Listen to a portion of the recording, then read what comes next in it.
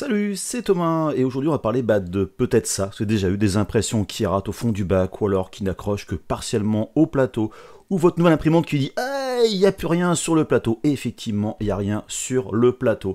Eh ben, ça veut dire que malheureusement, par la suite, il va falloir nettoyer votre bac de résine. Le truc, j'ai déjà parlé avant, un papier ou alors des restes de support, mais ça sur un petit coin, on fait un clear tank, voilà, pour solidifier le fond du bac, et on peut comme ça décoller facilement.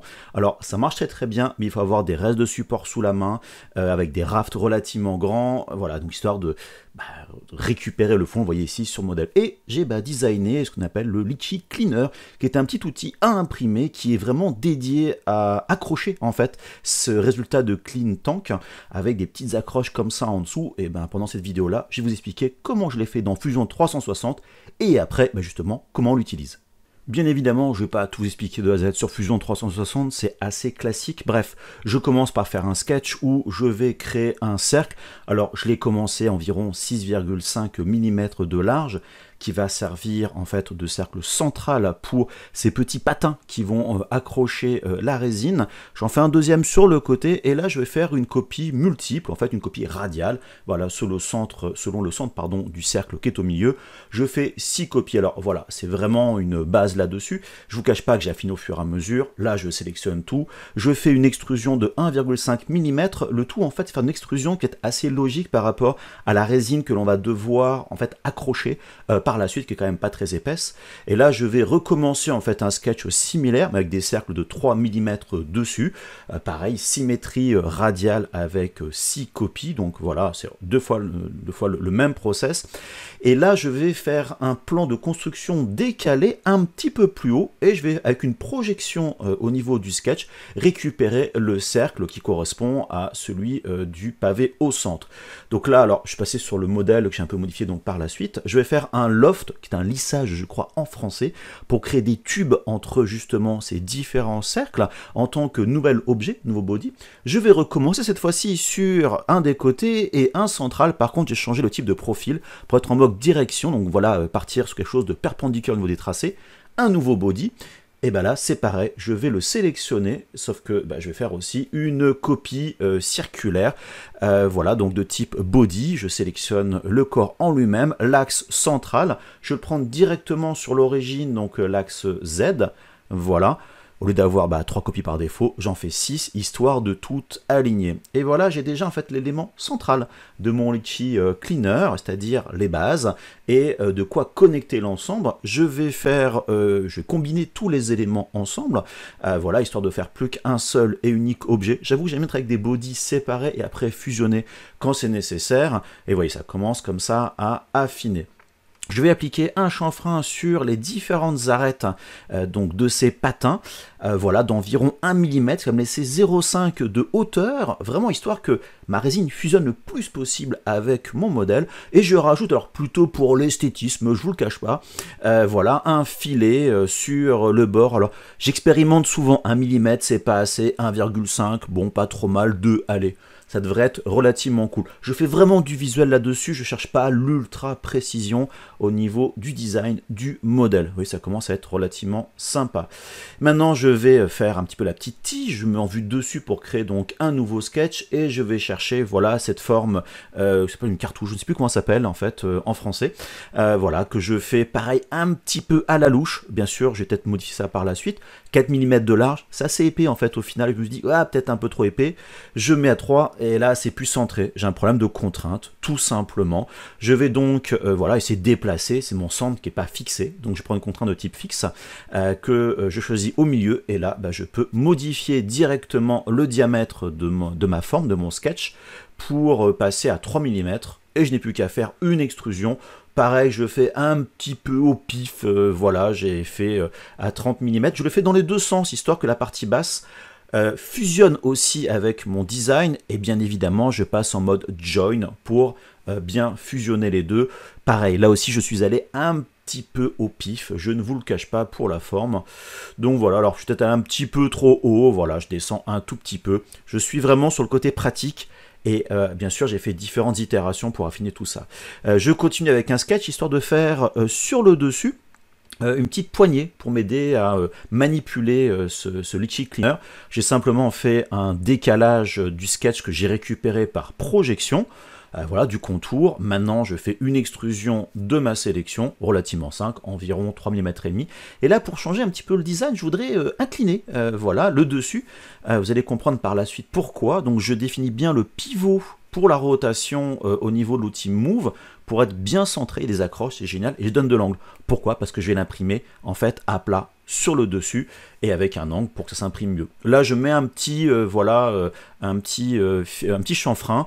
Alors, je l'ai un peu enlevé par la suite, je vous cache pas, un petit voilà, filet en dessous. C'est vraiment pour des raisons de design, soit un petit peu plus joli, tant qu'à faire.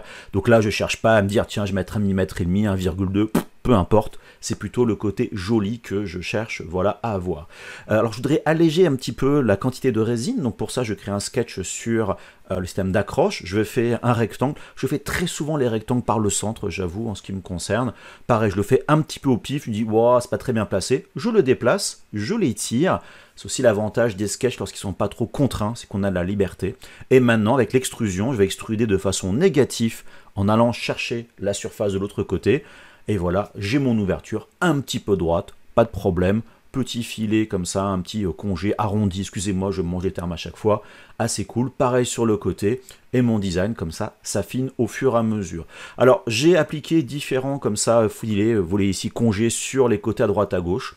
Maintenant je décide de faire les petites encoches, pardon, excusez-moi, sur le dessous. J'ai fait un petit sketch, un petit triangle étiré pour faire un nouveau body que je vais passer en donc voilà, donc nouveau body ici.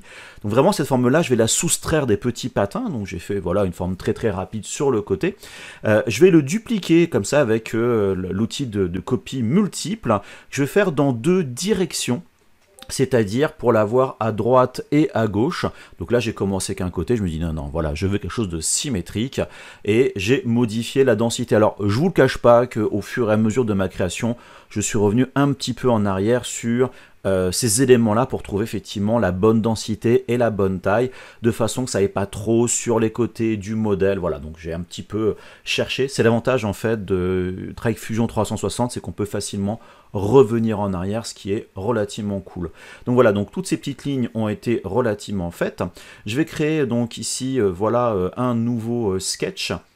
Alors le tout de ce sketch là, c'est de créer cette espèce donc d'hexagone pour créer du renfort entre les patins, car je me suis rendu compte, c'est quand c'est des petits modèles avec la résine, et ben s'il n'y a pas assez de solidité, ça peut se déformer. Je veux que ça reste bien plat, donc j'ai fait l'hexagone, j'ai fait deux décalages, donc deux tracés, et à partir de là, je vais pouvoir faire une extrusion qui va donc interconnecter avec ces petits patins. Je fais une hauteur de 0,5 mm, je fais un nouveau body dans l'immédiat, faire un nouvel objet. Donc voilà, c'est déjà fait pour cette partie-là. Et je vais faire une petite croix. Je recommence le même process. Nouveau sketch sur le patin central. Et là, je vais faire deux rectangles. Pareil, vraiment à la louche. Je garde juste mes 2 mm en fait sur la hauteur ici de mon rectangle. Je fais pareil de l'autre côté, 2 mm aussi. Et maintenant, c'est bon. Et je recommence le même process. Je vais faire directement une extrusion de 0,5 de hauteur, qui est la hauteur de ces patins-là, nouveau body, et puis voilà.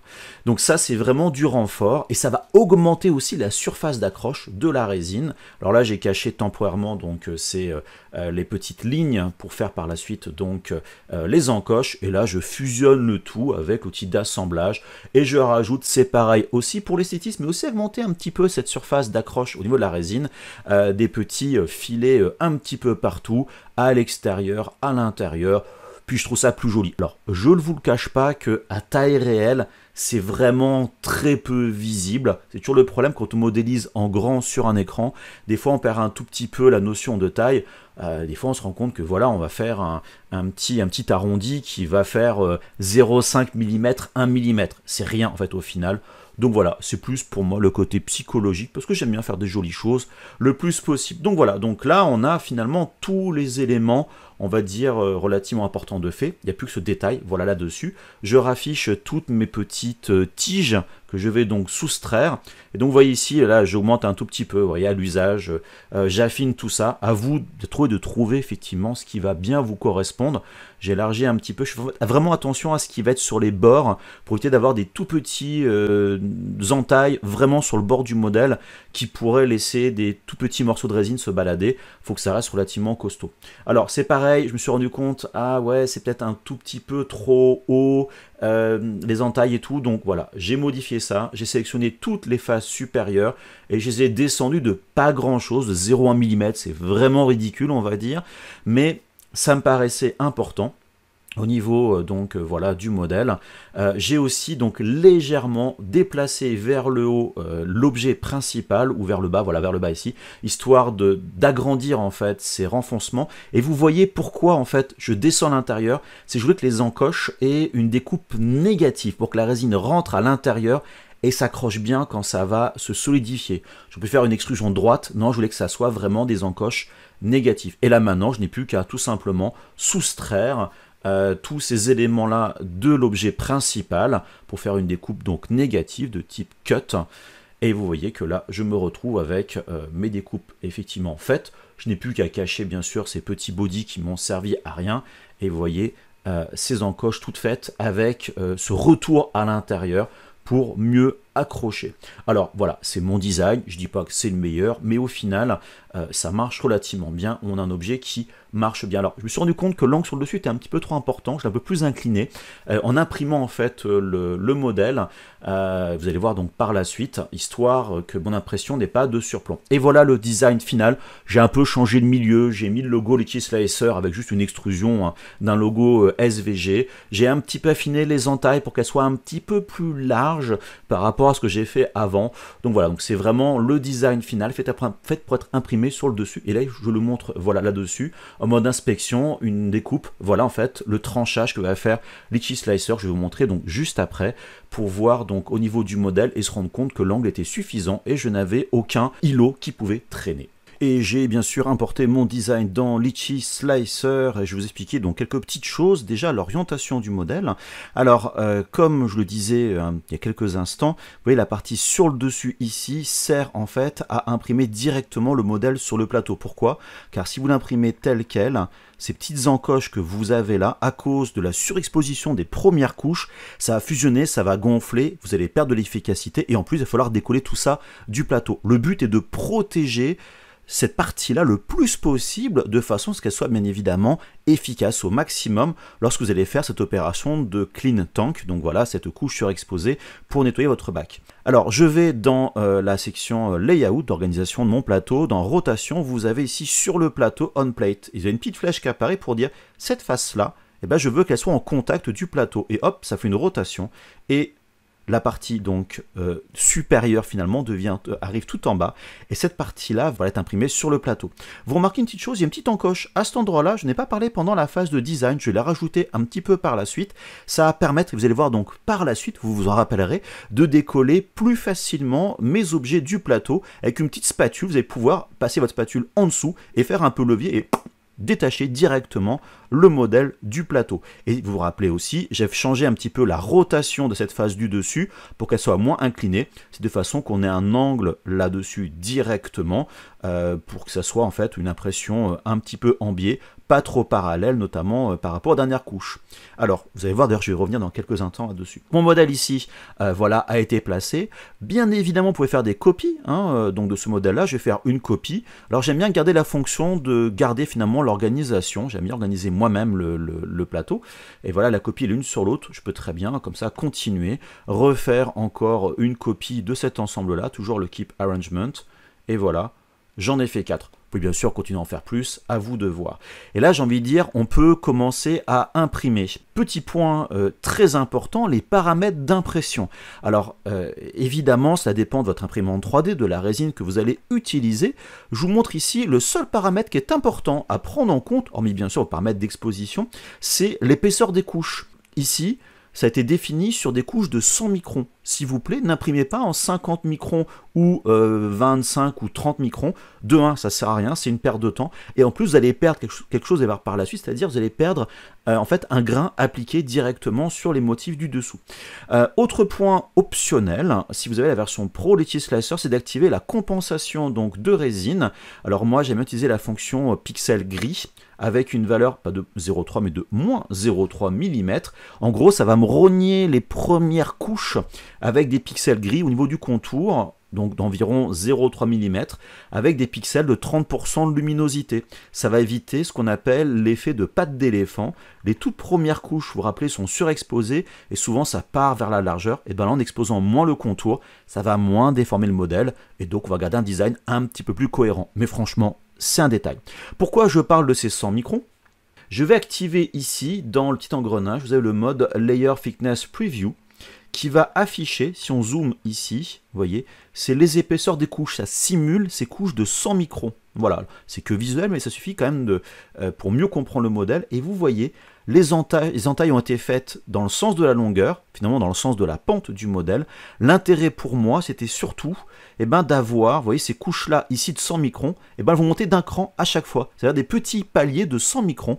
Et ça va donner, vous allez voir donc par la suite, après l'impression, un grain supplémentaire et augmenter finalement la surface d'accroche pour votre fonction de clean tank, pour que la résine se mélange le mieux et que ça accroche au maximum. Donc voilà, c'est aussi la raison de l'orientation au niveau du modèle. Si vous prenez donc la barre de clipping, je vais zoomer hop, un tout petit peu dessus, vous voyez, on va bien voir qu'à chaque couche ici, ça va avancer d'un cran, vous voyez, hop là, donc directement d'un cran comme ça à chaque fois, ce qui fait donc des petits étages. Voilà au niveau de la préparation du modèle, franchement, il n'y a pas grand chose de plus à savoir. Maintenant, il n'y a plus qu'à exporter et lancer l'impression. J'ai bien sûr utilisé toutes sortes d'imprimantes 3D pour mes tests. Là, ici, la nouvelle Photomono M5S qui m'a permis d'imprimer en fait ces modèles-là entre 45 minutes et 25 minutes. C'était en fait, vous voyez ici, 46 minutes. L'impression d'avant que vous avez vu en vidéo, donc en 25 minutes. Ce que vous voyez ici à l'écran, et vous avez un résultat qui est quand même super avec cette résine, on va dire, fast. Et vous remarquez bien directement ici ce petit grain, voilà, au niveau du modèle. Et vous vous rappelez, je vous parlais il y a quelques instants, le fait de décoller avec un petit coup de spatule en faisant levier, ça s'enlève franchement très facilement. Et puis après, si vous abîmez un petit peu le modèle, c'est pas très grave. Pensez bien à passer aux UV pour solidifier vraiment l'ensemble, pour qu'il n'y ait pas de déformation, c'est très important. Et maintenant, utilisation. Regardez bien dans votre bac justement avant de le placer où se trouve le coin de l'écran, de façon à placer votre cleaner avec une partie en dehors de l'écran et une partie au niveau de l'écran pour être sûr de facilement décoller. Et vous voyez, vous tirez, ça s'accroche super bien. Et regardez bien ici, il y a juste deux petits patins qui ont pris donc la feuille, on va dire, de résine qui a été générée par le Clean Tank. Vous voyez cette fois-ci un autre exemple sur une machine beaucoup plus grosse, la forge de PO Poly. Et vous remarquez bien que ça tient super bien, franchement il y a une super accroche, c'est hyper efficace. Vous voyez, il faut quand même en fait tirer fort pour commencer à déchirer l'ensemble. Donc c'est vraiment un super outil. Alors j'en ai imprimé plein, forcément pour mes tests, mais aussi dans le cadre du boulot, je vous cache pas qu'on a pas mal de galères d'impression. Petit détail qui est hors sujet, pensez bien à traiter vos déchets d'impression 3D. Ici, voilà votre feuille de Clean Tank, passez-le aux UV. Faites ça bien recto verso, c'est vraiment super important. Mettez pas ça à la poubelle. Il y a plein de résine liquide, la résine liquide est, on va dire, très dangereuse pour la nature. Donc voilà, attention à ça. Au passage, c'est là qu'il faut mettre un masque. Pensez bien sûr à passer aussi vos essuie-tout, toutes sortes de déchets, vos restes de nettoyage avec l'alcool IPA de votre plan de travail. C'est super important. En tout cas, j'espère que ce petit tuto vous aura plu sur Vision 360 et que ce petit Litchi Cleaner vous sera super utile pour vos différentes productions. Et puis en tout cas, je vous dis à très bientôt sur la chaîne pour d'autres tutos. Allez, bye bye!